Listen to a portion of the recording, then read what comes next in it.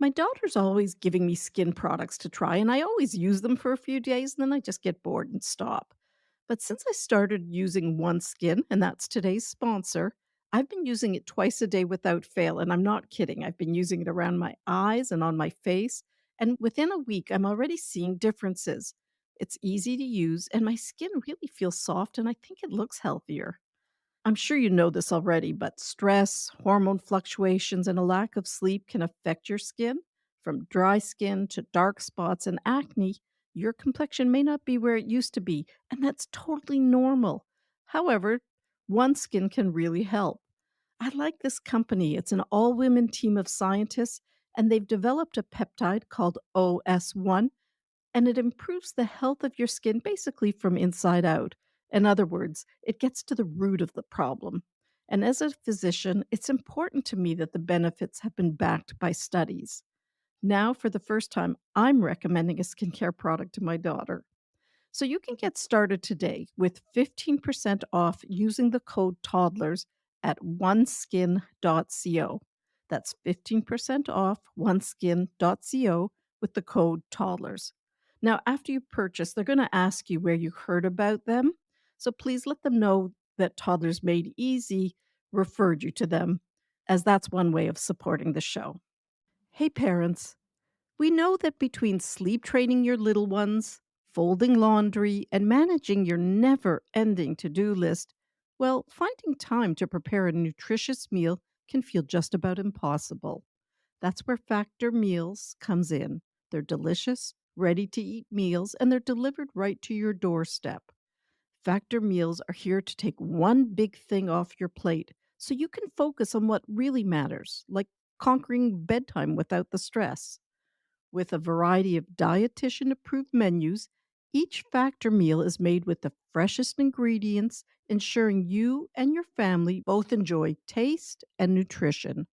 Check out factormeals.com/toddler50 and use the code toddler50 to get 50% off your first box and 20% off your second box.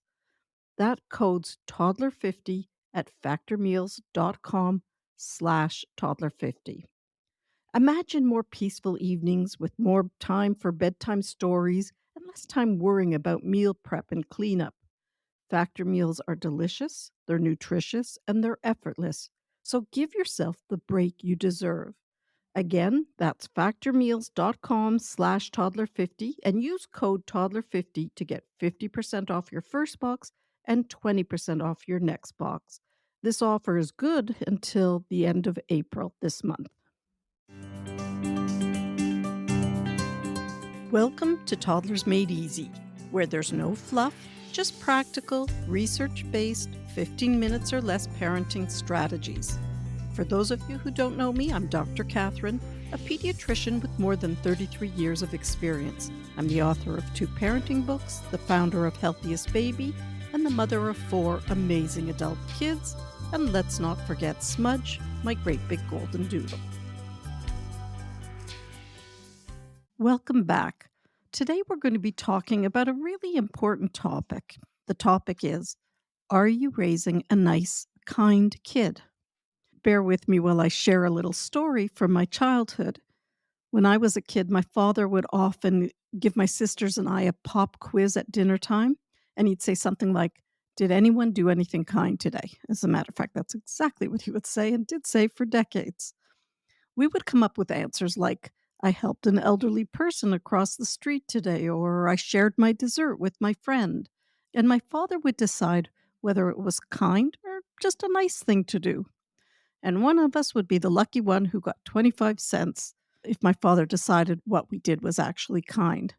So you never knew when my father was going to ask. And so we'd all try and do kind things all the time. And it wasn't about the 25 cents, of course. It was about impressing my father.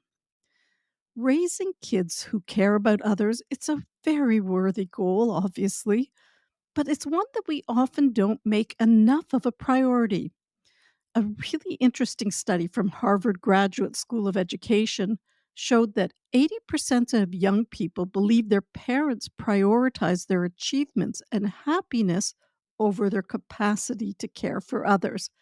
So, what can we do better to make raising kind kids who care about others a higher priority?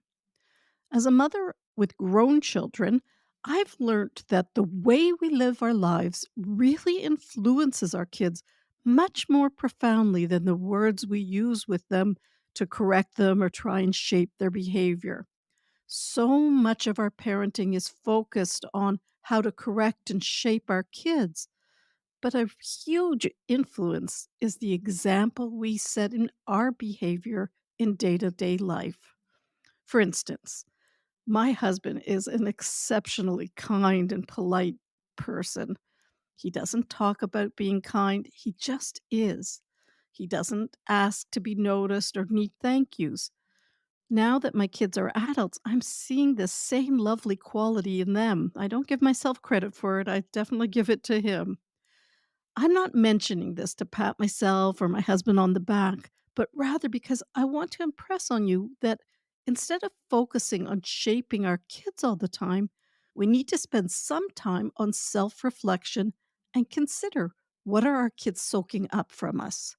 I'm not intending to shame anyone, but your kids are really young and you have a lifetime ahead of you to send the kind of messages you really want to about what's important in life. Now, I'm not suggesting you need to go make a volunteer trip to another country to build a school. I'm talking about those small things we do every day and the ways we interact with others. Let's say the person who bags your food at the grocery store, or the waitress who serves you a meal, or your letter carrier. Just becoming more thoughtful about those small day to day interactions. These add up and they make a profound difference on what your kids learn from you. So just remember, please, kids learn from our actions probably even more than from our words. Now, let's turn our attention towards other ways to inspire kindness in our kids. Recently, a mom asked me a very fitting question. She said, "How can I make sure my child doesn't become a brat?" And I thought this was a great question, especially with this trend I'm sometimes seeing where gentle parenting is veering towards permissiveness. I'm not saying everybody does that, but I do notice that at times. So we often equate being grateful with saying thank you. And being polite is really important. Don't misunderstand me, but being grateful is about more than being polite. It's one thing to hope our kids turn out kind, but it's another to really make kindness a big part of what your family is about. Again, this Harvard study found that parents prioritize happiness over kindness. And that shows that we need to perhaps do a better job of showing our kids what really matters to us. Now, again, the first way to manage this is by showing our kids how it's done. Kids are more likely to be kind and caring if they see their parents acting that way. Doing things together, like helping out in the community or being nice to people or just saying thanks to those around us, can really stick with the little kid. It shows them how important it is to be kind and to help out when they can. So, the next thing is we need to give our kids chances to be kind. Besides just showing them, it's key to give our kids the opportunity to show kindness. Now, this could be anything from just little jobs around the house to sharing with others to thinking about which charity to donate to. Doing kind things helps them learn to think about other people's feelings and builds up their confidence that they can do good in the world. These aren't the types of feelings that develop overnight, they develop over the years. As toddlers become aware of other people's feelings, you'll notice them naturally making many acts of kindness. And this is when it's a good idea to acknowledge those kind acts so your child continues to do them. Kids will do what we notice. Also, talking about what matters is important. So, having chats, not lectures, about why being kind is important, it can make a big difference. Whether it's during dinner time or bedtime, talk about kind things. Share stories from books or movies that show how awesome it is to be caring. And as I say in my course, when you see positive things happen, acknowledge them to encourage more of them to happen. When you see your child doing something kind, make a big deal out of it. It doesn't have to be something huge. Even little acts of kindness are worth celebrating. This shows your children that you really value kindness and it encourages them to keep it up. Teaching kids to say sorry and to forgive is a big part of being kind, too. It's about understanding other people's feelings and fixing things when they go wrong. It helps kids learn that everyone makes mistakes, but what's important is trying to make amends. Make it a habit to take advantage of ordinary moments that allow you to pause, notice, and ask your child a simple question like, is there something lately that you feel really thankful for? Why? What makes you feel that way? Thinking and talking about gratitude helps raise caring, respectful, and responsible adults.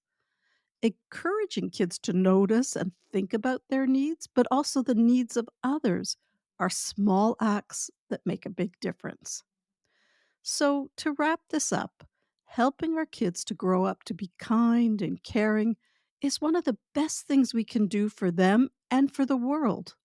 By setting a good example and giving them chances to be kind, talking about why it matters, and cheering on their acts of kindness, we're on the way to raising kids who will really care for others.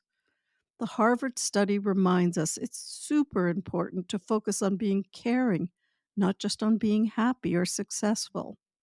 Let's aim to be those parents who raise kids ready to make a positive difference in the world. I want to wish you all a great week and happy parenting.